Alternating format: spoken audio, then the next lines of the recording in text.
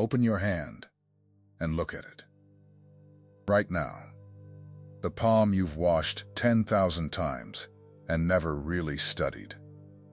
Those lines you've had since before you could speak. They were there when you were a baby. They'll be there the day they fold your hands for the last time. And you've never once asked who put them there, or why some of them cross to form a letter, a clear, unmistakable M that you carry every single day without a second thought. You are marked, friend. You always have been. And tonight you're going to find out what it means. I'm talking about two marks. The M pressed into your hand, and the crescent moon, the curve some of you carry on your skin, and the pull all of you feel toward the quiet hours. These aren't accidents of biology. They aren't decoration. They're a signature. And the one who signed his name on you knew exactly who you'd be before your mother ever held you for the first time. My name is George. I'm not a scholar. I'm not here to impress you with big words or charts or theories. I'm a man who has walked a long road with God. And somewhere on that road I started noticing the marks he leaves on people, the ones he's set apart. I've sat across from grown men who broke down crying, because for the first time in their lives, somebody told them they weren't crazy. They weren't broken. They were marked. And tonight, I believe you're one of them. So let's go back to that M in your hand. You looked at it a minute ago. Maybe you saw it clearly. Maybe you had to tilt your hand to the light. Some of you carry it on both hands. And maybe you noticed it years ago and shrugged it off. Just lines. Just skin. That's what everyone tells you. But here's what most people miss. That mark has been noticed by the faithful for as long as people have been looking at their own hands and wondering why God made them. The M. Some say it stands for the names of those God chose to carry messages. Moses, Mary, Messiah. 3 names that changed the course of everything. Each one belonging to someone the world almost overlooked. I'm not here to give you superstition. I'm here to give you something deeper. Because the letter isn't the point. The pattern is the point. God writes on the ones he calls. He always has. In every generation, on every kind of person, in every corner of the earth. Think about Moses for a second. Here's a man with a mark he didn't ask for. Pulled out of a river as a baby. Raised in a palace that wasn't his. Always between two worlds, never fully Egyptian. Never fully Hebrew. He carried a difference his whole life, and it cost him. He ran. He hid in the desert for 40 years, tending sheep that weren't his, in a land that wasn't home, convinced his moment had passed. 40 years, friend. Long enough to forget you were ever called for anything. And then a bush caught fire and wouldn't burn up, and God spoke his name. Now here's what I want you to catch. When God called Moses, Moses argued, "Who am I? I'm nobody. I stutter. Send somebody else." He'd spent so long feeling like the odd one out that he couldn't believe the difference in him was the very thing God wanted to use. The mark he resented was the mark of his calling the whole time. Sound familiar? Some of you have spent your whole life apologizing for being different, hiding the part of you that doesn't fit. And God is looking at that very part and saying, "That's the part I'm going to use." The M on your hand, if you carry it, isn't a charm. It isn't luck. It's a reminder. A reminder that you were written on before you ever did anything to deserve it, or ruin it. You were marked in the womb, and no failure since then has erased the ink. Let me tell you about another marked one. Mary, a teenage girl in a town nobody respected. No status, no wealth, no reason in the natural world for heaven to choose her. And an angel shows up and calls her favored, highly favored. Can you imagine? She wasn't favored because she was powerful. She was favored because she was chosen, And being chosen had nothing to do with what she'd earned, and everything to do with what God had decided. And notice what she says. She doesn't say, "Finally, I deserve this." She says, "How can this be?" The marked ones almost never feel worthy. That's part of the mark. The ones who are truly set apart are usually the last to believe it. So if you're sitting there tonight thinking, "George, I'm too ordinary for any of this. I've made too many mistakes. I'm too tired, too far gone, too plain," let me tell you, that feeling isn't disqualifying you. That feeling is one of the signs. The marked ones doubt. The marked ones wrestle. The marked ones ask, "How can this be?" Now let's talk about the second mark. The crescent moon. Some of you carry this one too. Maybe it's a birthmark shaped like a curve, a crescent on your skin somewhere you've covered up your whole life. Maybe it's something you feel more than see, a pull toward the night, toward the quiet hours, toward prayer, when the rest of the world is asleep. The moon doesn't make its own light. Think about that for a second. The moon has no fire of its own. Every bit of light it gives, it borrows from the sun. It reflects a light greater than itself. And that, friend, is the whole secret of the crescent. You were never meant to shine with your own light. You were made to reflect His.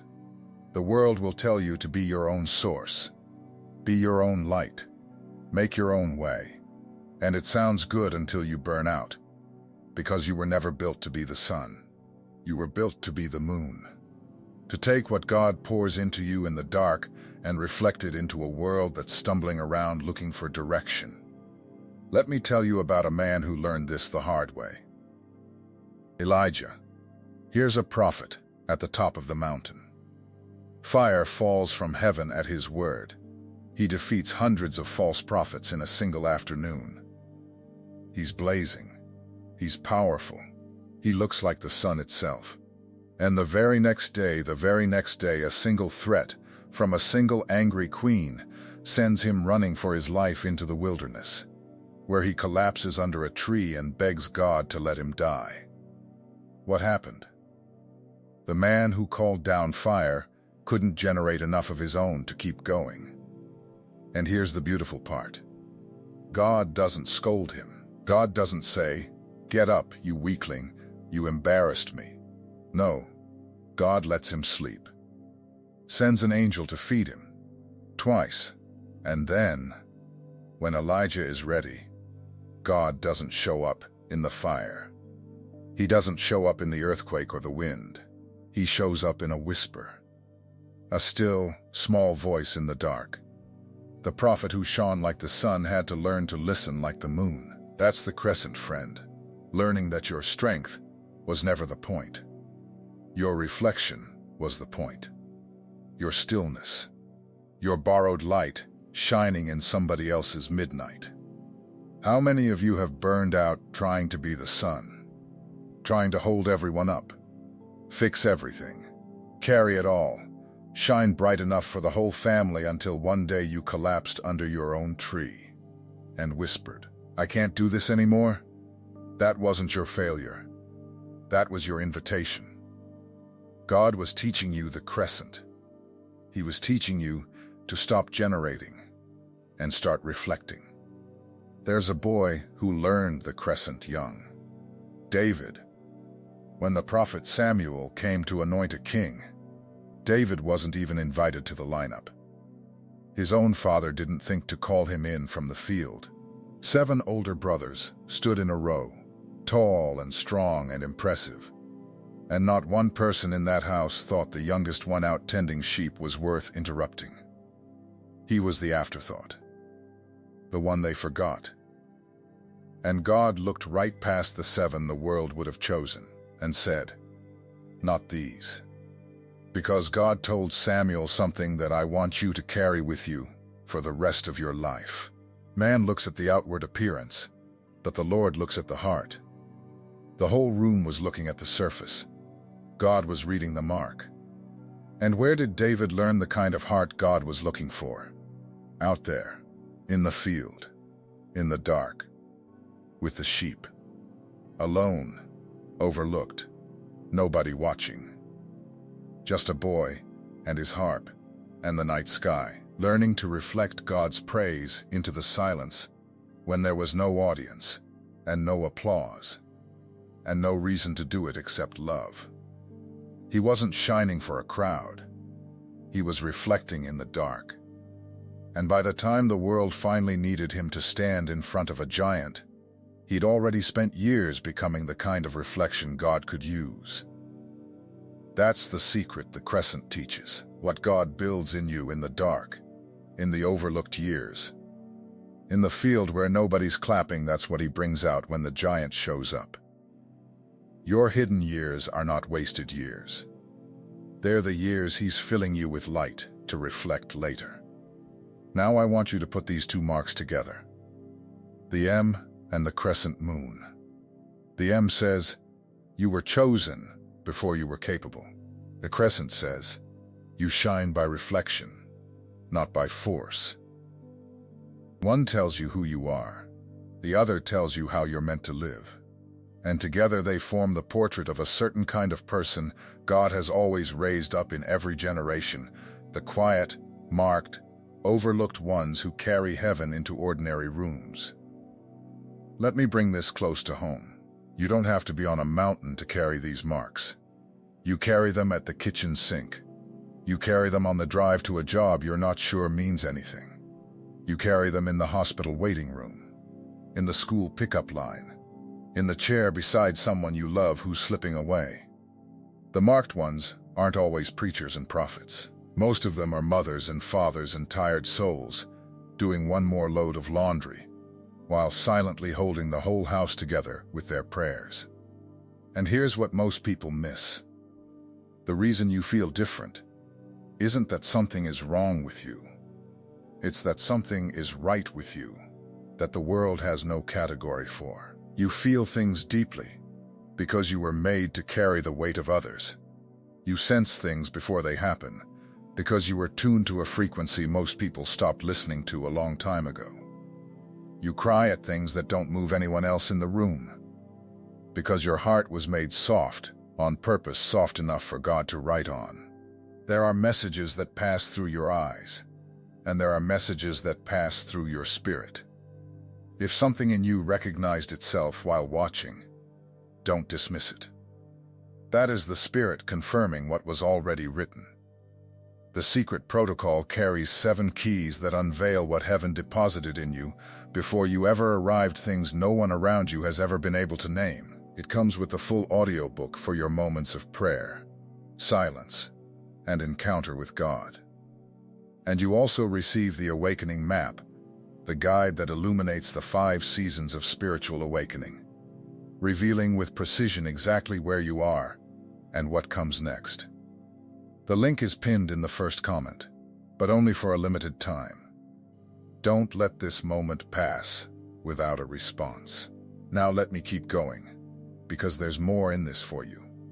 I told you the marked ones doubt. Let me tell you something else about them. The marked ones get tested in the dark. Think about Joseph, a boy with a dream and a coat his brothers hated him for. He was marked, and everybody could see it but him at first. And what did the mark earn him? A pit, then slavery, then a false accusation, then a prison cell, where he sat forgotten for years. If you'd walked past that cell, you'd never have guessed you were looking at a future ruler. You'd have seen a forgotten foreigner rotting away. But the mark was still on him in that cell. The mark doesn't disappear when life gets hard. The mark is often the very reason life gets hard.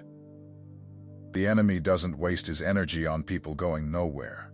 He throws his weight at the marked ones, the ones carrying something that could break his grip.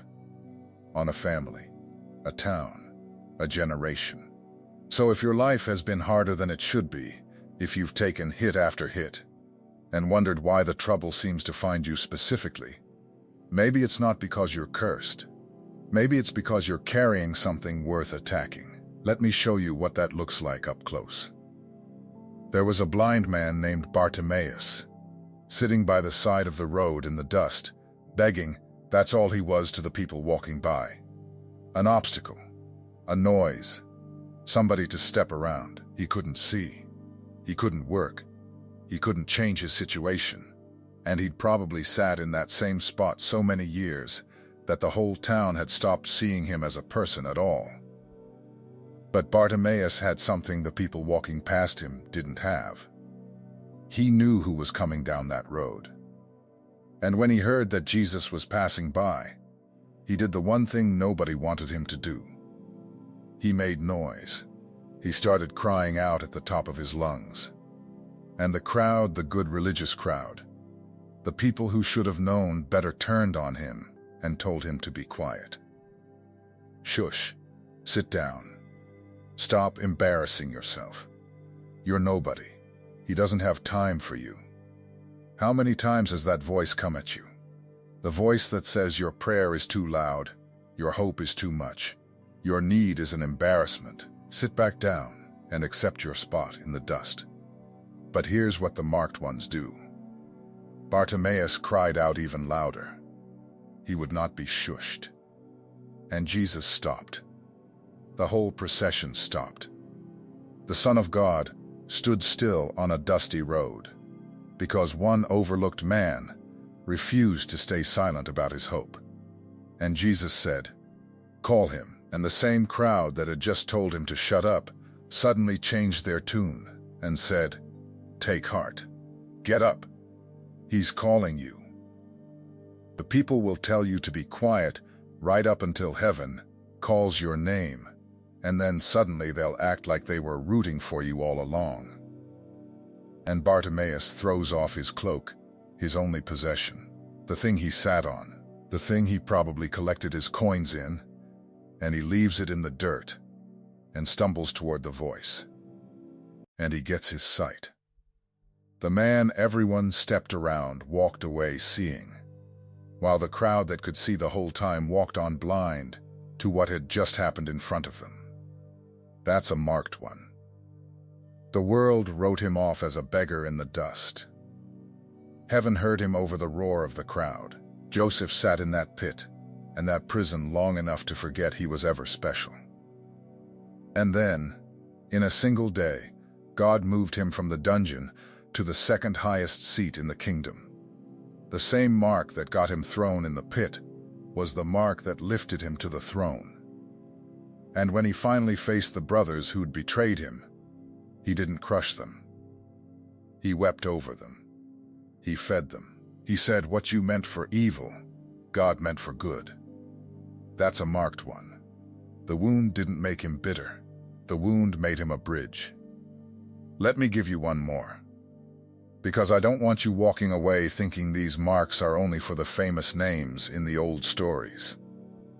Hannah, a woman with no spotlight, no platform, no army, no miracle on record, just a broken heart and an empty arms she ached to fill.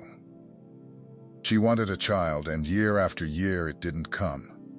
And the pain was so deep that when she prayed in the temple, she prayed so hard and so silent that the priest thought she was drunk. Think about that. Her deepest, most marked moment looked like foolishness to the man watching. The marked ones are often misunderstood at the exact moment they're closest to God. And out of that broken, misread, overlooked prayer came Samuel, one of the greatest prophets who ever lived. The woman the world wrote off as unstable was carrying a deliverer in her tears. So let me ask you something. What have people misread in you? What have they called too sensitive, too much, too emotional, too intense, too quiet, too strange? Because I'll tell you what I've learned. The thing people misread in you is very often the thing God marked in you. Let me give you one more, because this one might be the closest to where you're actually living tonight. Gideon, when God called him, where was he? Hiding, crouched down in a winepress, threshing wheat in secret, because the enemy was so strong and so close that he was afraid to do his work out in the open like a free man. That's where the marked one was. Not on a battlefield. Not on a mountain. Hiding in a hole, just trying to get through the day without losing what little he had left. And the angel of the Lord walks up to this frightened man crouched in a pit and says the most unbelievable thing. "The Lord is with you, mighty warrior." Mighty warrior. Him, the one hiding, the one afraid, the one who would have laughed in your face if you'd called him mighty, because everything he could see about himself said the opposite. And here's what Gideon does. He argues. Of course he does. He says, if God is with us, why has all this happened to us? Where are the miracles our fathers told us about? God has abandoned us. He pours out every doubt, every disappointment, every unanswered prayer. He stands there in his fear and basically tells God, you've got the wrong man, and frankly, I'm not even sure you're paying attention. Sound like a prayer you've prayed? But notice, God doesn't correct his theology. God doesn't get into a debate. God just looks at him and says, go in the strength you have. Am I not sending you? Go in the strength you have. Not the strength you wish you had. Not the strength the heroes in the stories had. The strength you have which felt like nothing, which felt like a man hiding in a wine press, was exactly enough. Because the strength was never really the point. The sending was the point. The mark was the point. And then God does something that tells you everything about how he works with marked ones. Gideon gathers an army, 32,000 men, and God says it's too many. Too many? When you're outnumbered and afraid, you want more, not less. But God whittles that army down to 300. 300 against a valley full of enemies. Why? So that when the victory came, nobody could say, look what we did. So everyone would know it was God reflecting his power through a willing few. That's the crescent again, friend. God doesn't need your fire. He needs your face turned toward his light. He took a frightened man and 300 ordinary souls and broke an entire army with torches and clay jars and trumpets, no swords swinging, just light suddenly blazing in the dark, and a sound that said the Lord had come. So if you've been hiding in your own winepress playing small, threshing your little bit of wheat in secret, telling yourself you're nobody, and you've got nothing, and God surely meant someone else hear the voice that found Gideon. The Lord is with you, mighty warrior. He's not talking to the version of you the world sees. He's talking to the marked one he put inside you, before you ever learned to be afraid. The M and the crescent, chosen before you were capable, shining by reflection, not by force. You feel it now, don't you? That stirring in your chest. That's not me working you up with words. I can't manufacture that. No string of sentences can reach down and stir a thing that isn't already there. That's recognition. That's your spirit saying, he's describing me. And he is, because the one who made you has been waiting your whole life for you to stop running from the difference and start walking in it. He's been patient. He's watched you ignore the mark, explain it away, hide it, and he never stopped calling. Here's what I need you to understand before we close. The mark was never a guarantee that life would be easy. Moses still stuttered. Mary still got whispered about. Elijah still ran. Joseph still went to prison. Hannah still wept. The mark didn't spare them the road. The mark told them whose they were while they walked it. And it tells you the same thing tonight. You are not an accident. You are not too far gone. You are not disqualified by your past or your doubts or your tiredness. You are marked, written on, signed for, and the light you've been trying to manufacture all these years, you can finally lay that burden down. Because you were never the sun. You're the crescent. You just have to turn your face toward the light and let it fill you and reflect it into the dark places only you've been placed to reach. There's a room in your life right now that's dark. A person, a situation, a corner of your family, and you've been standing there trying to be bright enough on your own, and failing, and feeling guilty about it. Stop. You don't have to be the sun in that room. You just have to be the moon. Reflect him. Borrow his light. And watch what he does through a willing reflection that finally stopped pretending to be the source. So here's what I want from you tonight. And I want you to be specific with me. Look at your hands right now and tell me in the comments, do you carry the M? On one hand or both? And here's the part I really want to hear. Tell me about the room in your life that's been dark. The place where you've been trying to shine on your own. Name it. Just one, because I want to pray over those rooms. And I want this comment section to fill up with people lifting each other's dark corners into the light. Don't just write amen. Tell me your room. And remember, everything I spoke about goes deeper inside the secret protocol, pinned in the first comment. The 7 keys, the audiobook, and the awakening map are there waiting for you whenever you're ready to take the next step.